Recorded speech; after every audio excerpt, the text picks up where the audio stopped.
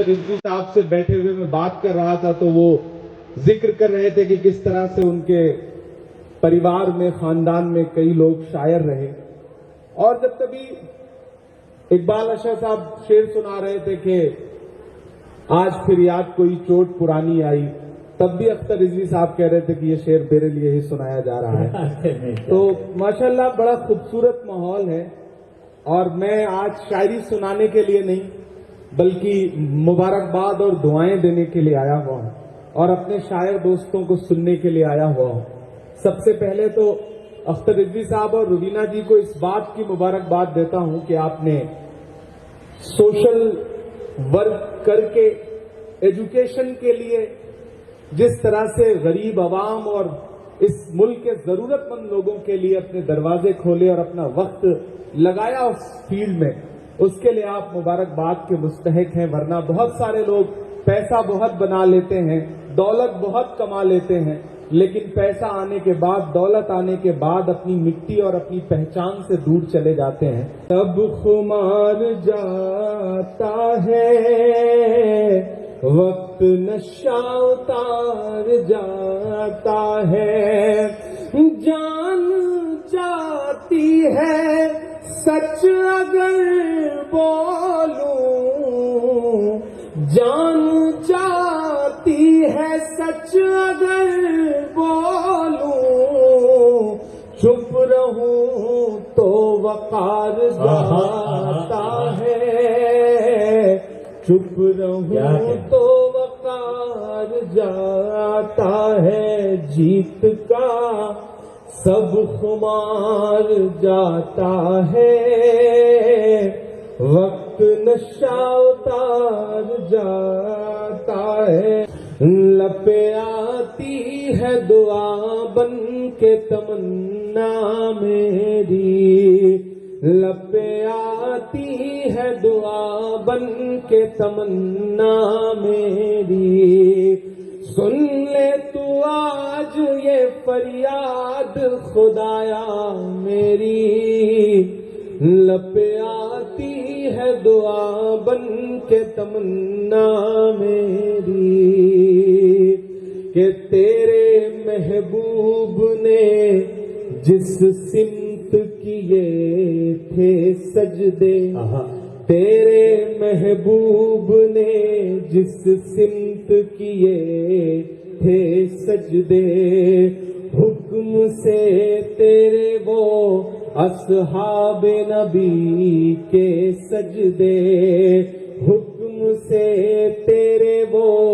अस्हाब नबी के सजदे, सैकड़ों गम लिए सीने में है गमगीन खड़ा, सैकड़ों गम लिए सीने में है गमगीन खड़ा, अब फकत तेरे भरोसे है फलस्तीन खड़ा, अब फकत तेरे भरोसे है फलस्तीन खड़ा, काश दुनिया ये समझ पाती है झगड़ा क्या है, काश दुनिया ये समझ पाती है झगड़ा क्या है, आपके घर पे किसी गैर का कब्जा क्या है,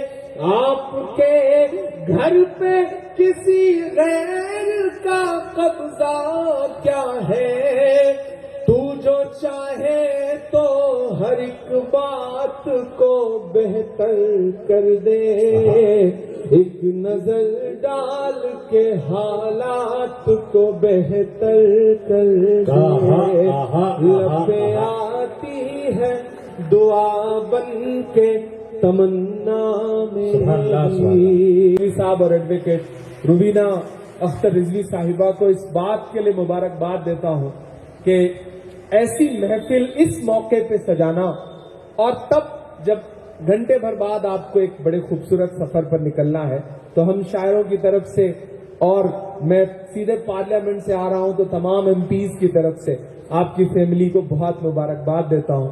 इंशाल्लाह ये परिवार खुश रहे, फलता फूलता रहे और इसी तरह समाज सेवा और तालीम के फील्ड में बहुत अच्छा काम करता रहे। इन्हीं दुआओं के साथ आपसे विदा लूंगा। बशीर बद्र ने कहा था, कहाँ आंसुओं की ये सौगात होगी, नए लोग होंगे, नई बात होगी। मैं हर हाल में मुस्कुराता रहूंगा, तुम्हारी मोहब्बत अगर साथ होगी। चरागों को आंखों में महफूज रखना, बड़ी दूर तक रात ही रात होगी।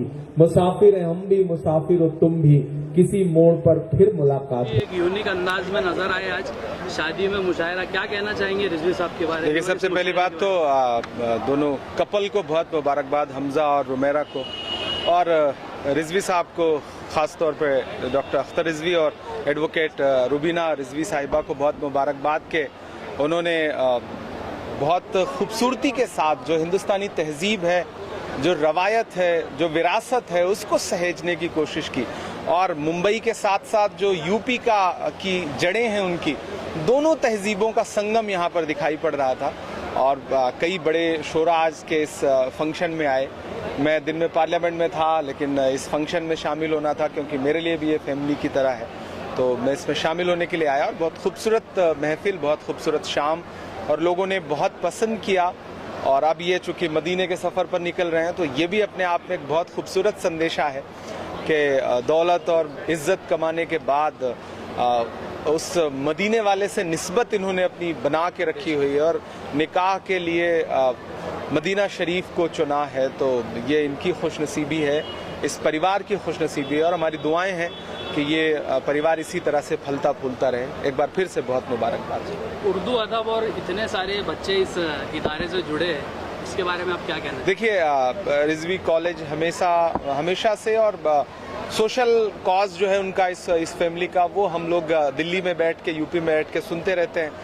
यूपी के इनके कॉलेजेस हों, महाराष्ट्र के इनके कॉलेजेस हों, मैं हमेशा उनकी तारीफ़ें सुनता रहता हूं। और हज़ार बच्चे यहाँ पढ़ाई कर रहे हैं और यहाँ से जा कर के पूरी दुनिया में नाम रोशन कर रहे हैं, अलग अलग फील्ड में, स्पोर्ट्स में, आर्ट में, साइंस में, टेक्नोलॉजी में। तो उन बच्चों को बहुत मुबारकबाद। और मुझे लगता है कि तालीम के ज़रिए किस तरह से खिदमत खल किया जा सकता है, वो डॉक्टर अख्तर रिजवी और रुबीना रिजवी साहिबा से सीखना चाहिए ज़माने को। मैं बहुत मुबारकबाद दूंगा और हमेशा मेरी दुआएं इस फैमिली के लिए, इनके इंस्टीट्यूट के लिए, इनके हर कॉज के लिए मैं हमेशा साथ खड़ा हूँ। Thank you. रिजवी साहब, एक लास्ट में से भी, आज इमरान भाई आए इतने बिजी सेशन में, महाराष्ट्र की शान है, वो मेंबर ऑफ पार्लियामेंट है, आप भी रह चुके, क्या कहना चाहेंगे?